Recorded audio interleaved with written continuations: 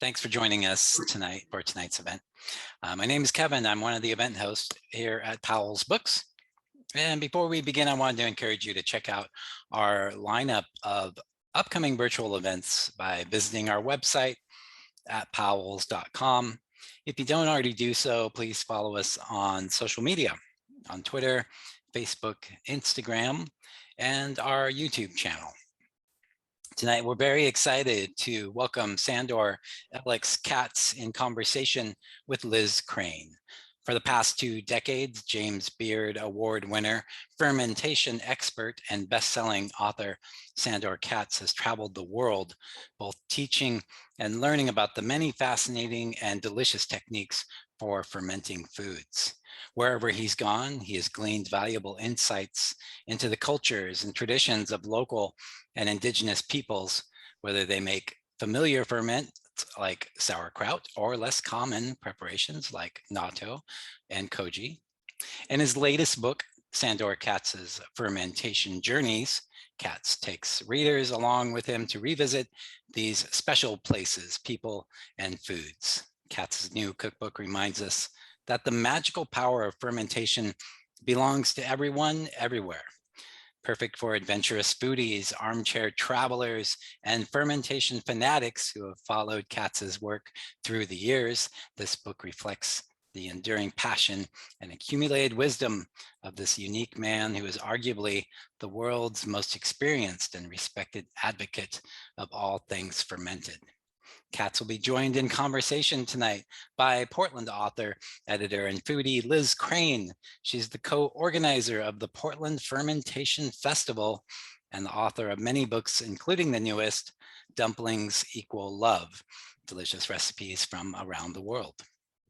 This evening's event includes an audience Q&A, and you can use that Q&A button at the bottom of your screen, not the chat button, but the Q&A button, if you'd like to ask a question at any time during the event tonight.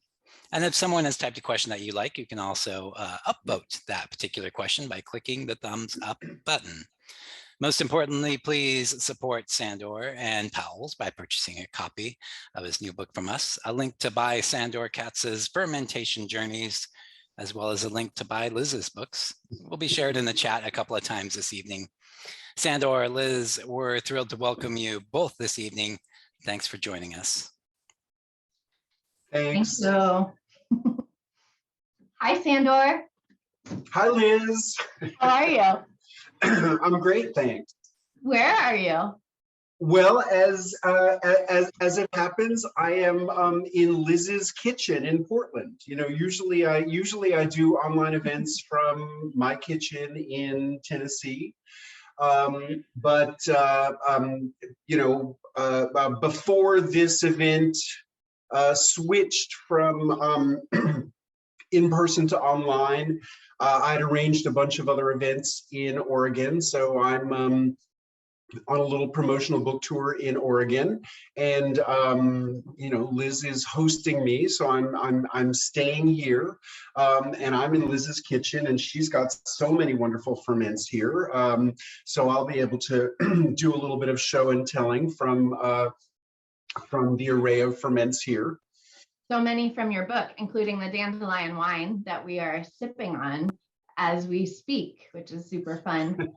Cheers to your new book, Fermentation Journeys. I have this uncorrected proof, and I'm getting a lot more copies for the holidays, but it's so exciting, and congratulations on it being out and in the world. Well, sweet. Well, thank you very much. It's exciting. Yeah, and I love that the last time that we spoke at a Powell's event was this time last year, and that was for your book that came out, Fermentation as Metaphor, which I would hold up, but it's at my writing studio. And so now we're here, and when we did that event, you were talking about sort of the ideas that we're brewing and fomenting for this book, and now it's here. So that's right, because that book came out a year ago, September, and by the time that book came out, I was deep into this one, and probably my kitchen was just full of recipe development projects and such. Yeah. So I'm glad we're back together talking about my new book, Fermentation Journeys. I love it. I get to call it just Fermentation Journeys. Like, I don't have to call it Sandor Katz's Fermentation Journeys. You don't have to. I do, but yes. So will you, if you wouldn't mind starting off, Sandor, and just sort of talking about how this book stemmed in part from your longing to travel and being restricted from travel during, this whole pandemic. Can you sort of talk about that? Yeah, sure. So, I mean, basically, from the time that Wild Fermentation came out, which is almost 20 years ago, it was 2003. I organized a very, ambitious book tour. And I spent almost 5 months driving across the country and, visiting food co-ops and farmers markets and some conferences, really anywhere I could figure out that, people might be interested. And, sometimes it was like a workshop setting. Sometimes I was standing in the aisle of a food co-op, giving people tastes of sauerkraut with a little demo going on and just talking to people as they pass by. But anyway, by the time I got home from my book tour, I started getting emails inviting me to present at events, at sustainable agriculture conferences, and just different kinds of events. And in a way, that original 2003 book tour for Wild Fermentation never ended. And, I sort of, fell into the life of an itinerant fermentation educator. And at first it was mostly within the US, and, then I started getting invited abroad. And, over time, at this point, I think I've taught in maybe 25 different countries. And, the places that I've traveled to, I have not only been teaching, I've also been eating and drinking, and I've been learning. And sometimes my hosts have taken me on extraordinary adventures to, visit remote places, go to Indigenous communities, lots of different kinds of places where I was able to learn about, different fermentation processes. And I've been, taking notes. And when I go home, I, try recreating things that I've learned about. And I always had in mind that, eventually I would write a book about foods and beverages that I learned about in my travels. But, I've been so busy, I was so busy traveling until COVID that, that just seemed like something that was going to happen in the distant future. And also there were a lot of places I haven't been that I, sort of have the ambition to go to. But anyway, COVID happened, all the plans that I had for, 2020, disappeared in the course of a couple of weeks. And, when I found myself with, all my plans canceled, it dawned on me, and I had just submitted Fermentation as Metaphor. So it just dawned on me that this was my opportunity to write the book that I had been, thinking about for a long time about foods and beverages that I've learned about in my travels. And, that's what really evolved into Fermentation Journeys. And I feel like you've been traveling again, but a lot of us haven't been so much. And it is really I've really enjoyed, because I got an earlier copy of the book, but sort of traveling vicariously to all of these different places that you're showcasing in the book and telling stories about and recipes. And how has it been now traveling again? Because this is not your first trip. You've gone to a few places. No. I mean, in September, I did my first in-person teaching in Montana. It's a bacteria bazaar in the Bitterroot Valley of Montana, and that went really well. The beginning of November, just as my book was beginning to be available, I did some events in Nashville, which is not far from where I live. There was a Nashville Fermentation Festival, so I did some events in Nashville. Then about 2 weeks ago, I went to New York and I did a few events in New York, and now I'm here. So, knock on wood. I mean, so far so good. I don't know. Sometimes it's a little bit surreal. you know, being around a lot of people. You know, most of the events that I've done, but not necessarily every single one, most people have been masked. Yeah. But you know, it's all tricky, and it's, you know, it's like, it's all good as long as it's all good. Yeah. Well, we're certainly glad that you're here. And this is a virtual event here, but you also have, while you're in Portland, you have a few different events that you'll be doing, including the Saturday at the PSU Farmers Market from 10 a.m. to noon. So you'll be signing books there and doing a demo. And then a couple others, a signing at Vivian on that same day, the fermenter event. So that's nice. It's nice to have sort of some things virtual and some things live where you can, you know, be amongst. Yeah, no, absolutely. And I've just come from Bend and Hood River, where I had events over the last couple of days. So yeah, I mean, I've always felt like, you know, people in Portland, people really in all around Oregon, you know, have been, you know, really always very receptive and interested in, you know, in all things fermented. Yeah. So let's get back to the book, the heart of the matter. So Fermentation Journeys, the first sentence of the book is, I have always loved to travel. And it covers so many interesting and well-known and less well-known ferments from all different geographic regions throughout the world. Would you mind talking about one of the regions in the book that's like particularly near and dear to your heart, that maybe while working on the book that sort of something developed that surprised you? Just maybe one of the regions in the book that you could shine a spotlight on. Yeah, sure. So I mean, well, I mean, first of all, I would just, you know, you already know because you've seen it, but I mean, the book is, originally I conceptualized of this book as being organized like a travelogue. You know, this was my trip to China, and these are some things I learned about. This was my trip to Colombia. These are some things I learned about. You know, in the end, I decided to organize it thematically by different, you know, kinds of foods that can be fermented. So, you know, there's a chapter about simple sugars, a chapter about vegetables, a chapter about meat and fish, a chapter about grains. And so, you know, I think that this really kind of like, you know, plays to my strength of being a generalist and being able to connect the dots between different things. And, you know, I would say of the places that I visited, the place that I sort of like longed to visit and anticipated for a long time, and then just ended up like learning an extraordinary amount in, is China. And, you know, I visited there with, you know, someone who originally was a student of mine, who's become a good friend of mine, Mara Jane King.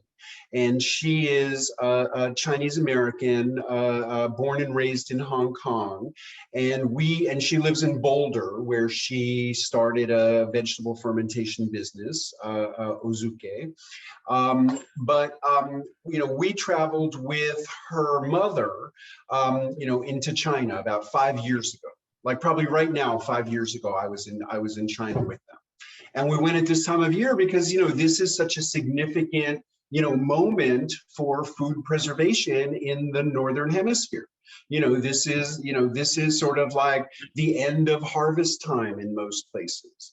And certainly this village in Guizhou, where you know, we spent an incredible you know, week. This was just a time when people were doing an incredible amount of fermentation. I mean, people were making rice alcohol. They were making, you know, soybean fermented condiments. They were fermenting fish and pork and vegetables. I mean, there was just like an incredible, you know, range of activities. And, you know, we were, you know, at certain moments, it felt like we were running from household to household because people were in the middle of projects that they want, you know, they were excited to show the, you know, the visiting foreigners who were interested in fermentation. And so, there's a lot of the, foods that we learned about, we turned into recipes, and those recipes are in this book, and stories of some of the people who we met. But the reason why I was sort of so excited to visit China is that, China has some of the most, varied fermentation processes of any region of the world. I mean, fermentation is practiced everywhere, and it's practiced everywhere, in considerable variety. But, perhaps, China is among the places in the world that I've learned about that just has the most diversity of different kinds of ferments. And, I feel like in the 2 weeks that I spent there, I really just scratched the surface of it. But I also learned a huge amount. And, one of the things that made me really so focused on China is that, sauerkraut was my gateway into fermentation. Sauerkraut I wrote a lot about in Wild Fermentation and in all of my earlier books.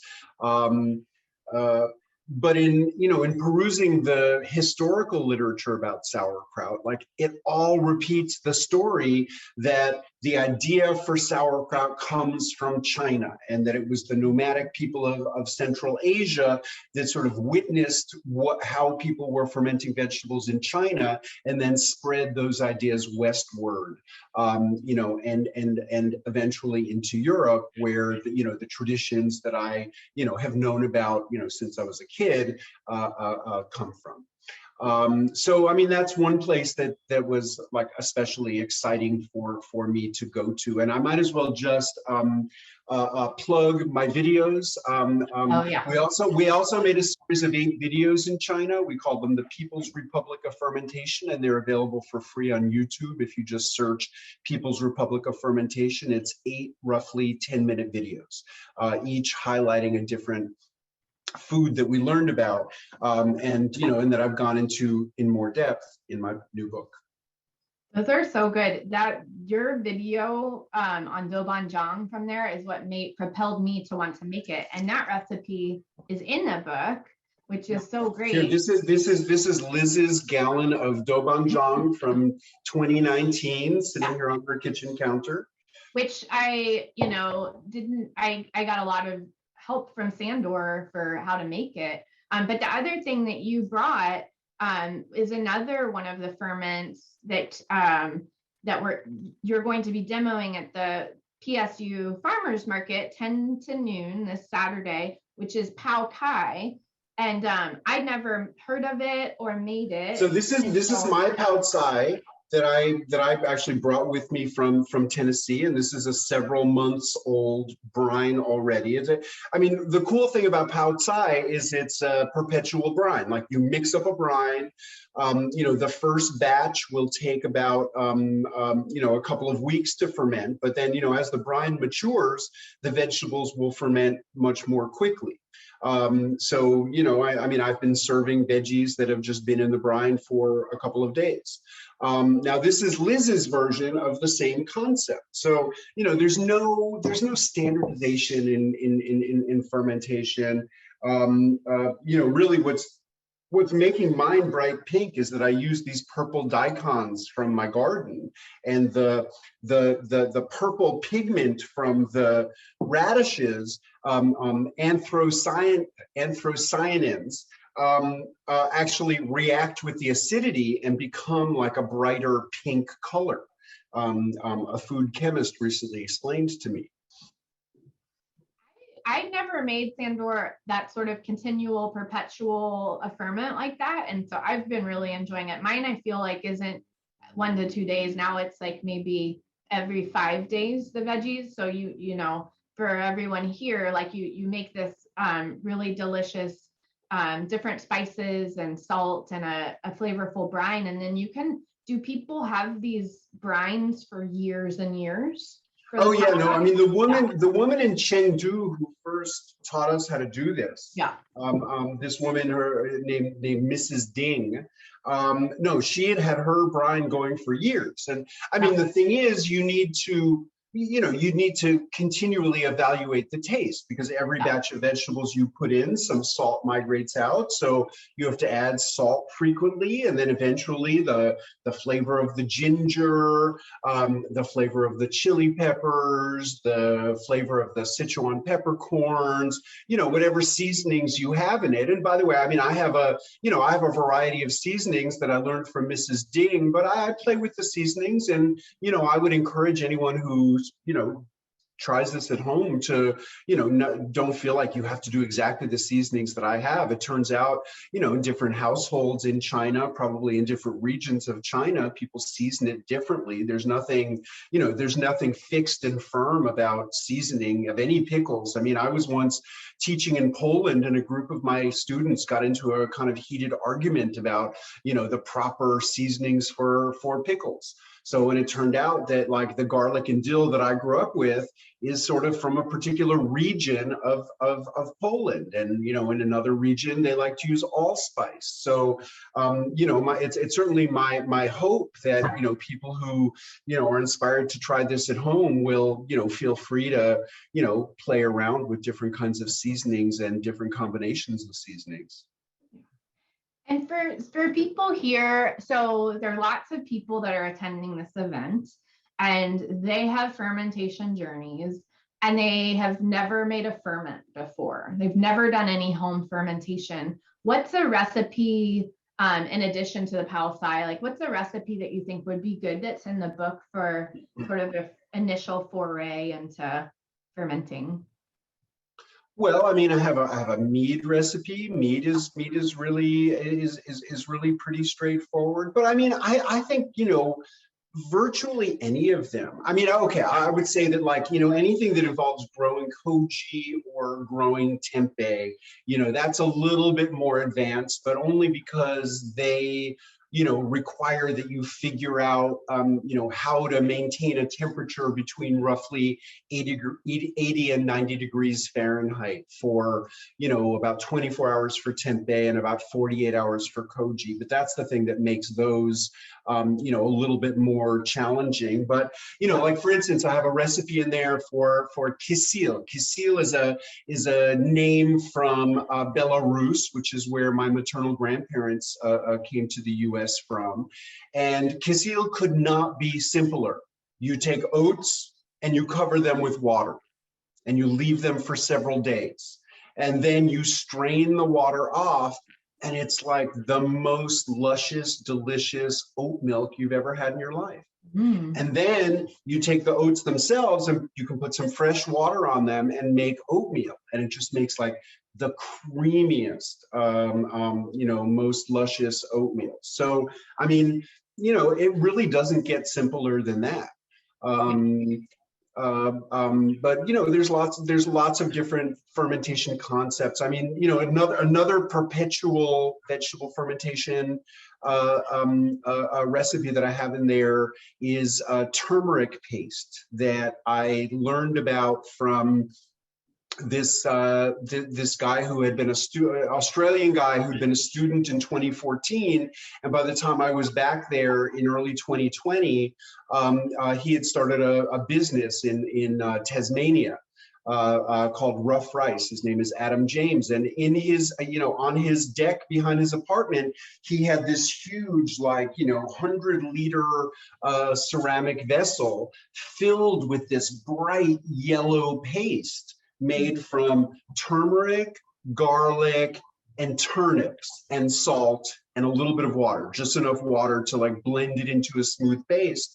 And then he had been, by the time I saw it, he, for more than a year, had been burying vegetables in it, leaving them for a week or two, pulling them out, serving them, eating them, selling them, burying more vegetables in them. And I started one more than a year ago now. And, it has just been such a wonderful thing in my kitchen. I mean, I just love the flavor of turmeric, the turmeric with the acidity. And then if the vegetables you put in are like daikons or other white vegetables, you get this like bright yellow color on them. So I don't know, as I go, even though, I've been making sauerkraut for, 30 years now, I just feel like I keep on like learning exciting new concepts. And, they're not necessarily complicated or hard. They're just like, they're just different. And, I'm just excited to be able to, share with people, some of these exciting ideas. And I mean, I would say just, whatever, seems exciting to you is the thing to start with. Yeah. And it's, so for anyone here who's attending Sandor's event on this Friday night at Fermenter, we'll get to try that because Aaron there has made that turmeric paste. I'm pretty sure that's the ferment. Yeah. So that'll be fun for anyone who's going. Yeah. And then, I mean, another thing, getting into the realm of fish and meat, I would encourage people who like to eat fish and meat to not feel intimidated by the idea of fermenting them. And from a Thai American student who came down to my place in Tennessee for my residency program, I learned about nem. And nem is, it's basically ribs. And then you make a paste of rice, garlic, and salt, cooked rice, garlic, and salt. And then you just basically like take this paste and coat all the surfaces of all the ribs. And then I'll like just put them in a Ziploc bag, try to get as much of the air out as possible, seal it. And I'll just leave it on the counter in my kitchen for 3 to 5 days. I like to massage it a little bit every day to just make sure the paste is touching all the surfaces. And oh my God, such a delicious, distinctive, specific flavor. Like, I mean, I really love it. And I've shared it with a lot of people, and I haven't heard a single person, who didn't enjoy it. And then I save the bones and I cook the bones into a stock that also, just has this like distinctive flavor of the nyam. So, lot of different things to potentially try and enjoy. And when you eat that, do you eat it on its own or do you eat it with other things?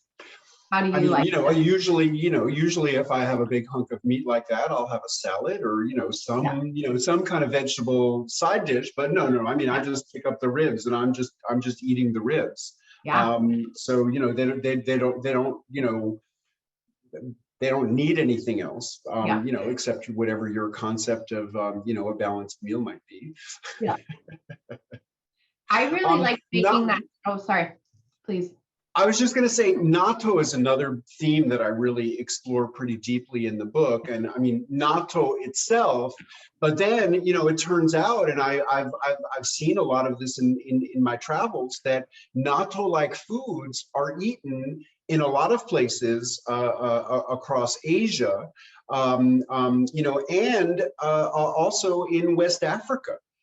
There are a lot of condiments that are, they're not made from soybeans traditionally. They're made from African locust beans or other more local beans. But, in terms of the microbiology of the fermentation, it involves the same organisms as natto and, some very similar flavor notes as natto. But like most of the other relations of natto, rather than being eaten fresh and sticky and a little slimy, they're eaten in dried forms. So like, in Burma, there are these like, little flat pancakes, tuano, that I have a recipe for how to make those in the book. In Nagaland, I met this woman from Nagaland in Australia who gave me some of the akuni, the Nagaland version of natto, and sent me some of her family recipes that I've included.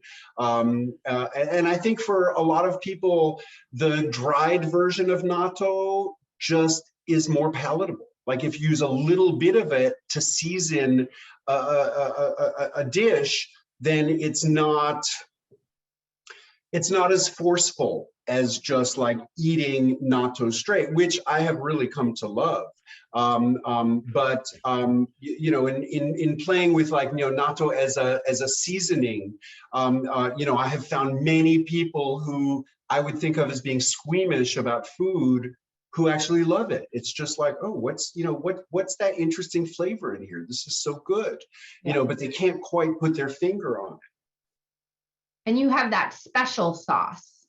Yeah. So special sauce is something that like a little seasoning that I've been making in my kitchen. The first batch I made with Mara Jane King, my friend who I went to China with, because in China we actually had encountered a natto-like seasoning. Like in this village that we stayed in, there were these little brown cookies that you know, we saw women crushing them and then mixing them with vinegar to make a little dipping sauce.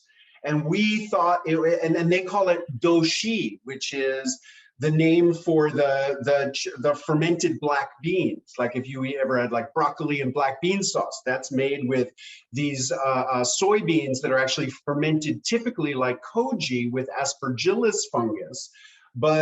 And so we were expecting when they called it doshi that that's how it was made. But when this woman invited me into her house to see how she made it and help her make it, the minute I opened the door, I knew there was natto inside. And then when she gave me the job of trying to mash it for her, and the mashing became all sticky and stringy, then I knew for sure that it was natto. And so, you know, it just gave us the idea of using natto as the base of a seasoning, because then they mix like chili peppers and Sichuan peppercorns and other things in it. So Mara and I did that and I've been making it ever since at home, and I include a recipe in the book. But I dehydrate natto, I grind it up with roasted sesame seeds and salt, and I've experimented with a variety of other seasonings. And then my friend Soiree, who I see is watching here, you know, Soiree has really just like, you know, taken it and run with it and just made all these interesting flavors, and one with like soured corn, and, you know, it's very versatile. Like, you know, once you see this concept, then, you know, there's really no limit to, you know, what other kinds of flavors you can, you know, combine with it into a seasoning. And for people here in Portland, wanpaku natto is a really delicious natto that's made by our friend Heidi. You get that a lot of different spots. So Sandor, will you just talk about sort of the process of putting fermentation journeys together and sort of what aspect of it?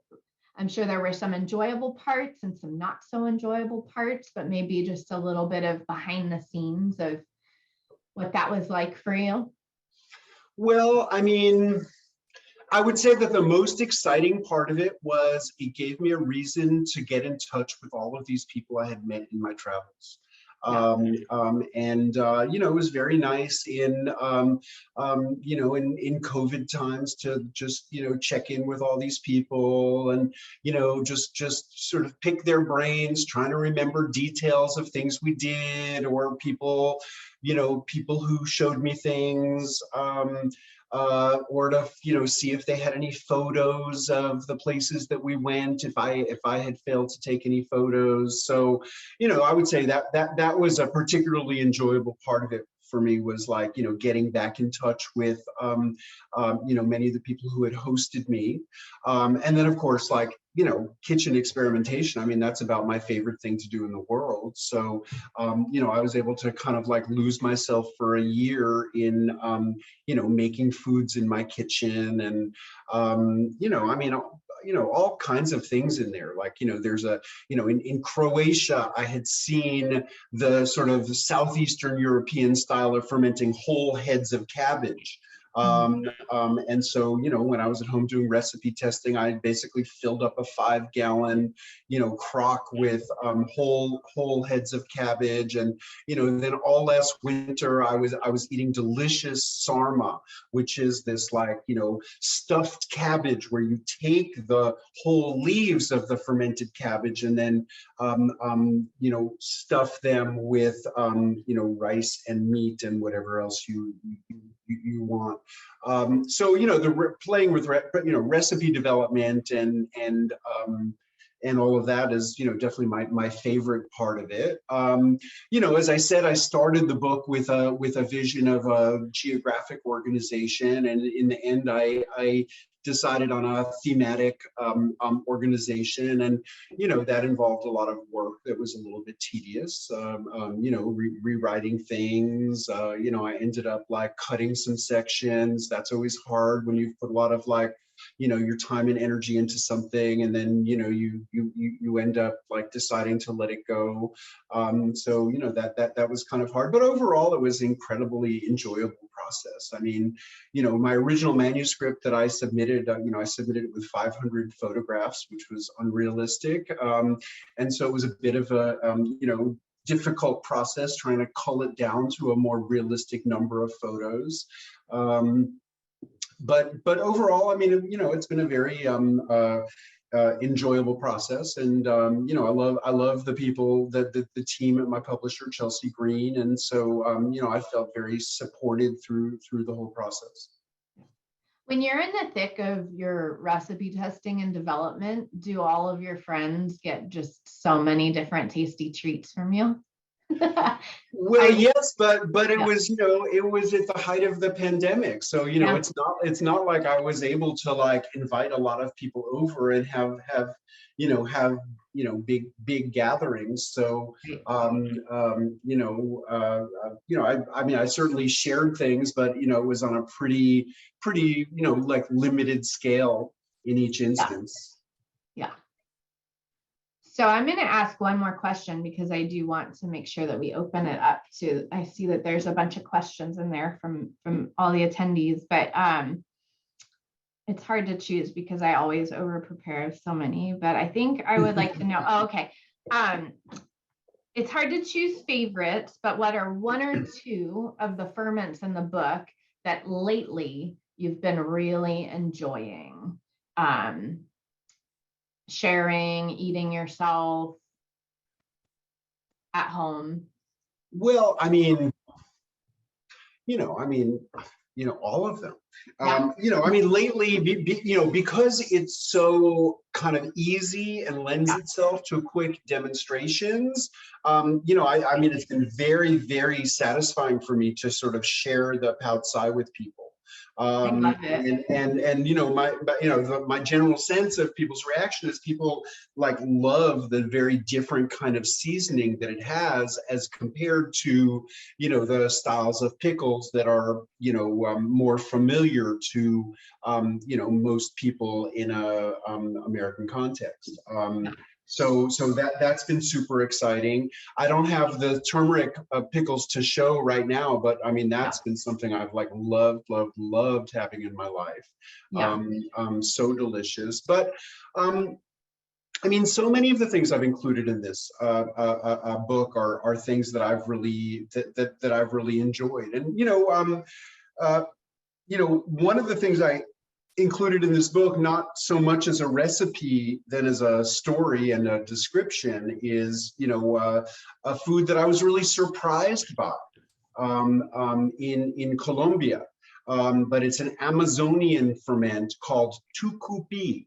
And it's basically the toxic juice squeezed out of cassava, fermented, which breaks down the cyanide, which makes it toxic, and then cooked down into this like thick paste that's like richly flavorful. It's like, you know, sour and salty. Like my Esteban, who is this Colombian fellow who was my host down there, he described it to me before we tasted it as Colombian miso. and or Amazonian miso. And I think that was a really a good description for it. And so, you know, what was surprising about it is, you know, it's made from this toxic byproduct, and, you know, through the, you know, transformative powers of fermentation, the fermentation organisms break down the toxic compounds and make it safe. And then, you know, just through, you know, reduction by cooking it down and concentrating the flavors, you know, people just turn it into this incredibly delicious, rich condiment. Wow, I want to try that. I made the Beet Kvass from the Cincinnati folks in the book, and I've made that a few times now. It's so good. And I love that when you strain off all of the beets and the onions and the cabbage and what have you, then you don't just discard that and put it in the compost. You have the delicious kvass to drink, and then you get the pickly yumminess that you can chop up and put in things. I like that one. Yeah, yeah. So Liz is originally a native of Cincinnati, and this you know, couple I've become friendly with who have a fermentation business in Cincinnati called Fab Ferments, who I used to run into at conferences all the time. They had this like flavor of Beet Kvass called bubonic tonic. They had a range of flavors of Beet Kvass, but they were kind enough to share their recipe for bubonic tonic, and I shared it in the book. And you know, it has horseradish, which is just so good with beets, as well as ginger, garlic, onion. Yeah, no, it's really wonderful. And I'm glad you liked it. It's so good, and it's so beautiful. Just the color of it is, yeah. Okay, I guess I'll look in here and get some of these ones. All right, so let's see what we've got. So Sandor, what is the difference between fermentation and pickling? Okay, that is such a good question. So fermentation is the transformative action of microorganisms. Pickling is anything, a pickle is anything preserved in an acidic medium. These are overlapping concepts. If we had a Venn diagram, we'd have two circles and they would overlap. So, I mean, bread is a ferment, it's not a pickle. Wine is a ferment, but it's not a pickle. So, but sauerkraut is a ferment and it's a pickle, because what's preserving the cabbage in sauerkraut is lactic acid. The pickles that I grew up eating here yesterday in Hood River, somebody gave me a jar of these you know, beautiful pickles. So I grew up eating fermented pickles. So I didn't know that they were fermented, but they have very distinctive flavor, the flavor that I now recognize as lactic acid. And then, you know, when I grew up and started like shopping for food for myself, you know, I would buy pickles at the supermarket sometimes, and they never tasted like the pickles that I grew up with. And, you know, I finally realized that most of the pickles sitting on supermarket shelves basically are hot vinegar poured over vegetables, or sometimes hard-boiled eggs or pig's feet or whatever. And so there's different ways you can achieve a pickle. So the pickles I grew up with were, you know, cucumbers in a saltwater brine, generally with garlic and dill. And the acidity to preserve the vegetables comes from the activity of lactic acid bacteria that are part of the vegetables. And so, you know, in that salty environment, they consume carbohydrates and produce lactic acid. So, you know, a pickle can be directly fermented like that, or it can use vinegar, which is a product of fermentation, but is typically heated up before it's poured over the vegetables. So, you know, it's not really alive. And the reason why supermarket shelves are full of pickles like this is that they're shelf stable. You know, they can sit there more or less indefinitely. You know, whereas the, you know, the live pickles that I grew up with are, you know, they're more dynamic. You know, they'll change over time. They, you know, in a cool place, you can preserve them for some months, but they can't preserve indefinitely. And they, you know, certainly can't preserve sealed in a jar on a supermarket shelf.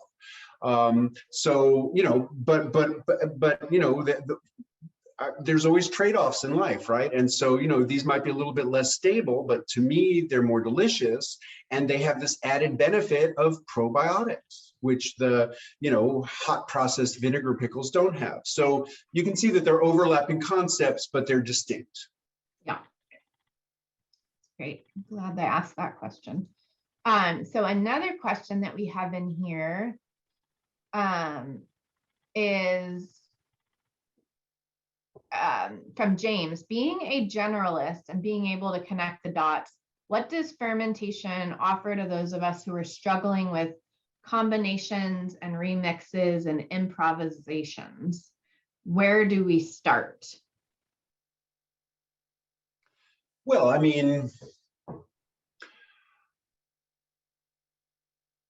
it's hard for me to tell you where to start. What gets you excited? Like, my gateway was sauerkraut. Generically, I would recommend sauerkraut as a place to start. And the idea that you shred vegetables, salt them, season them as you like, get them nice and juicy, and pack them into a jar or a crock to ferment. But then, you can remix it as much as you want. I've tried really out there seasonings for sauerkraut. A young woman once showed up at one of my workshops with vanilla sauerkraut, and she had minced vanilla beans and mixed it in with the cabbage. Like, I never would have thought of that in a million years. It was delicious. I met a woman whose grandmother was from a town in Poland where they bulk up their sauerkraut with mashed potatoes. In Asia, I've tried fermented vegetables that had little balls of sticky rice packed into them. Very similar concept. So, and that's just in the realm of fermenting vegetables. You can, you can be improvisational in any realm of fermentation. So I talked about the nem before, which I learned how to do with pork ribs, but I've tried it with beef ribs. I've tried it with ground beef. I've tried it with ground pork. I've tried it with different cuts of pork. All of these processes are versatile, and you can, miso. My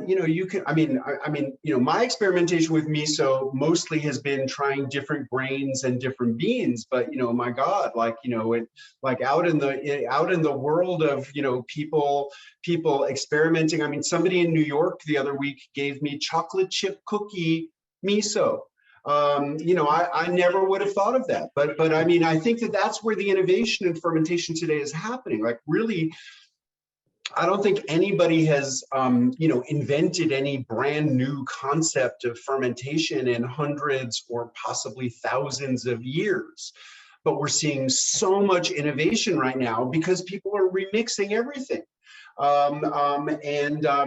Take something like kombucha, which, until the late 90s, that was mostly just, people taking tea, maybe different styles of tea, and mixing some sugar in and fermenting that. And now just people, there's such a incredible array of flavors that people are doing, with fruit flavors, herbal flavors, vegetable flavors. I once was at a fermentation festival in Austin, Texas, and there was a fermentation kombucha company that was making kombucha in all of the classic soda flavors. So they had like Dr. Kombucha and kombucha cola, and it's like, all of these things you can just adapt to, whatever kinds of, flavors and seasonings and combination of ingredients, get you excited, or maybe it's not so much about what gets you excited and more about what's abundant in your environment, which is really what I think has driven fermentation practices in most places. Naomi asks, if you need to limit salt intake, can you ferment vegetables without salt? Yes. Actually, I have this fun section of the book from my visit to a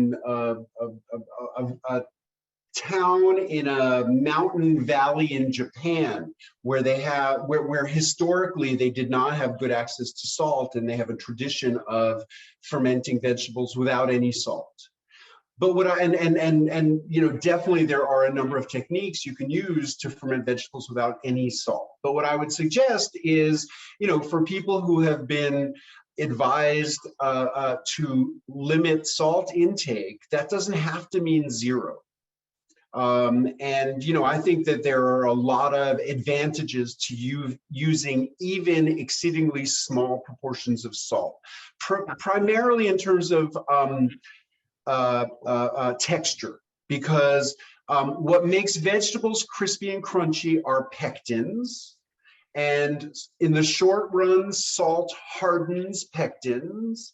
And then in the long run, there are enzymes that break down pectins in the vegetables that break down pectins, and salt inhibits those. So in a salt-free ferment, it's just likely to get soft and mushy much faster.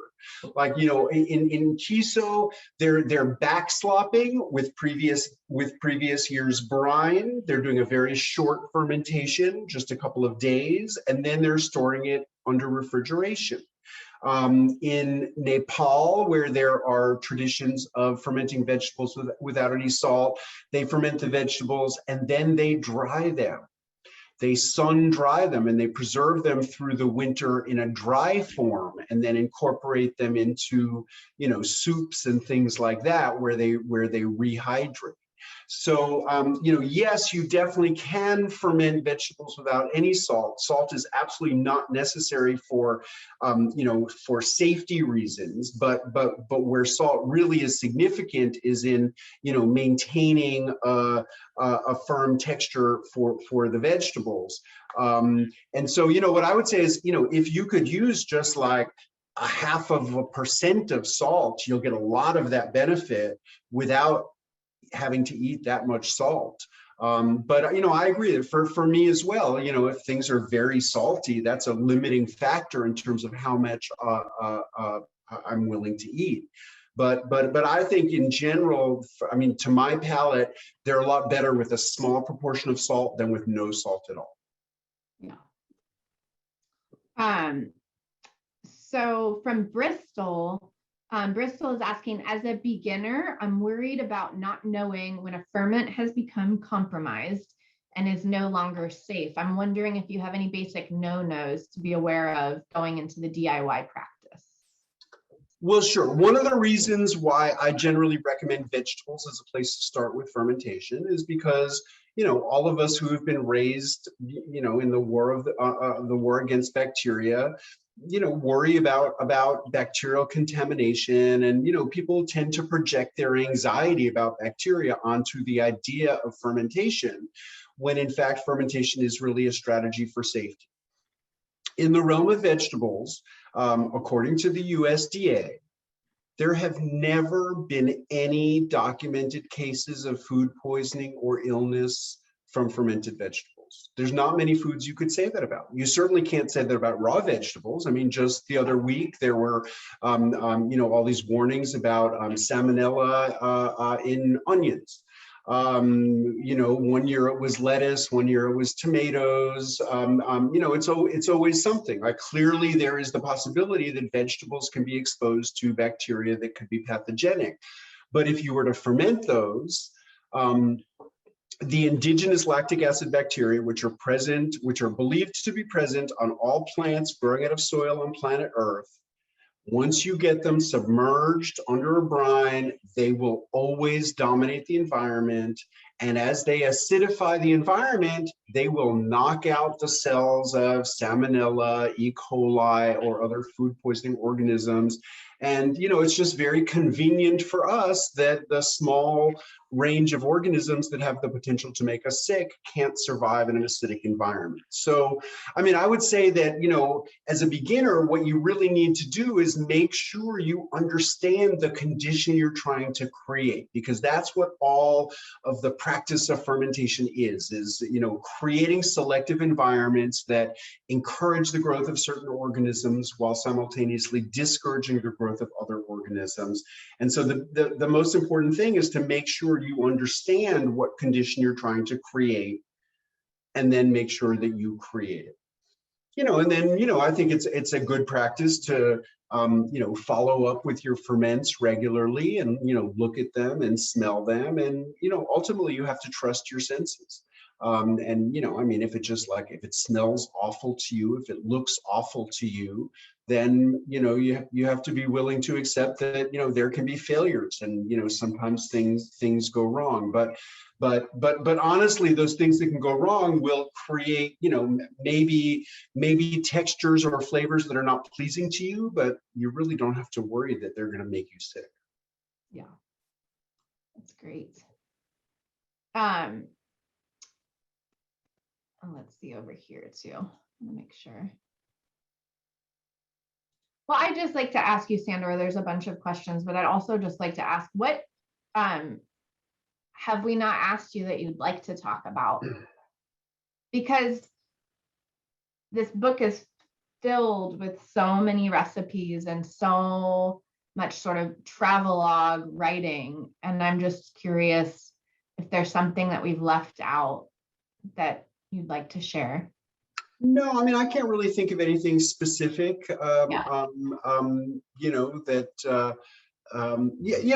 guess one thing I would just say is that, I think sometimes people imagine that, fermentation is like a finite set of unified practices or something. And it's just like so clear to me after being exposed to such disparate styles of fermentation that, nothing could be further from the truth.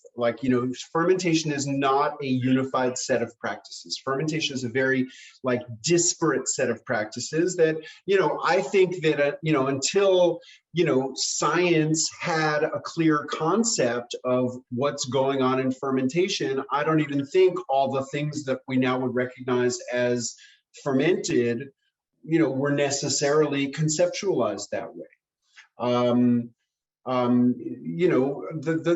The people who developed these techniques, they didn't know about bacteria or fungi. They were just doing what worked. Just what from our human powers of observation and people's trial and error. People just figured out under what environmental conditions does the food not decompose into a disgusting, ugly mess that nobody would ever want to put into their mouths, and instead either effectively preserve the food for future consumption, or make the food more delicious, or make the food more easily digestible, or make the food less toxic, or produce alcohol. But there's always a practical benefit to fermentation, and sometimes more than one. Yeah. My friend Jana asks, I'd love to see Fermentation Journeys on TV. Any plans for a leap to the screen?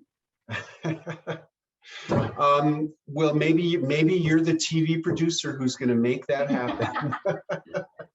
Well, with help from Mara Jane King and also this wonderful videographer, Mattia Sakaboto, I've done a little bit of, sort of small scale self-produced television on YouTube. I hope at some point to be able to do some more things like that. But, if anyone out there is a TV producer or knows a TV producer, I'd be very open to something like that. I'd love to see it happen. I don't necessarily know how to make it happen, but I'm open. Well, there's that Japanese, you were talking about that. Hope that yeah, that's true. Okay, I was invited to sort of film a Japanese television documentary in Japan about fermentation that would have been filming the second half of January, but just because of current COVID conditions, the Japanese government was not willing to grant an exception from their general travel ban for me to be able to come. So Maybe.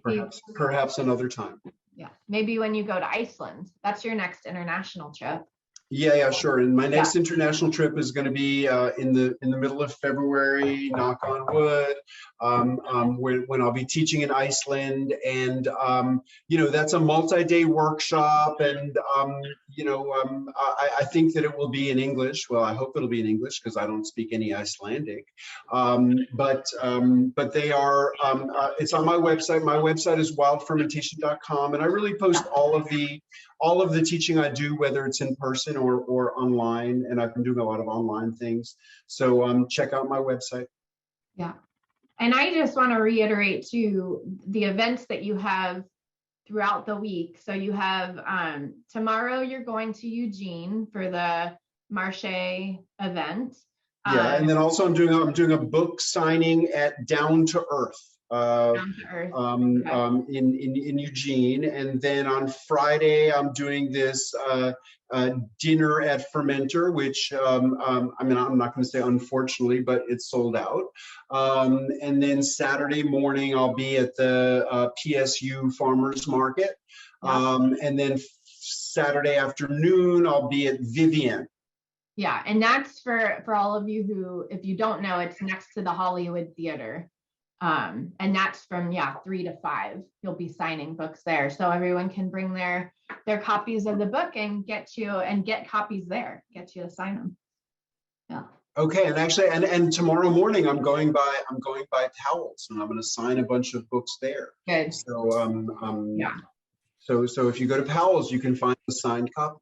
That's where I'm getting a bunch for the holidays. Well, thank you so much, everyone, for watching tonight's event. Thanks, Liz, for being a part of this. Thanks, Sandor. I'm going to, in the link, or the chat, I should say, I just posted a link to Sandor's book, his new book anyway. It's right there. Click on that link and order it from us, and probably get a signed copy if they show up, if he comes in tomorrow to sign them. This is one of Liz's books as well. Beautiful Dumplings book. And also in the chat, I'm posting a link to our YouTube channel. If you haven't been there, make sure you click on that and check it out. You get to see all of our past events, lots of really great talks that we've had through our Zoom series here. And this event will be showing up there probably sometime tomorrow afternoon, so you can tell your friends who may have missed it that they can watch at that time. All right, Liz, Sandor, thanks again for the talk, and everyone at home, thanks for tuning in, and have a great night. Thank you so much. Thank you. Thanks, Kevin. Thank you.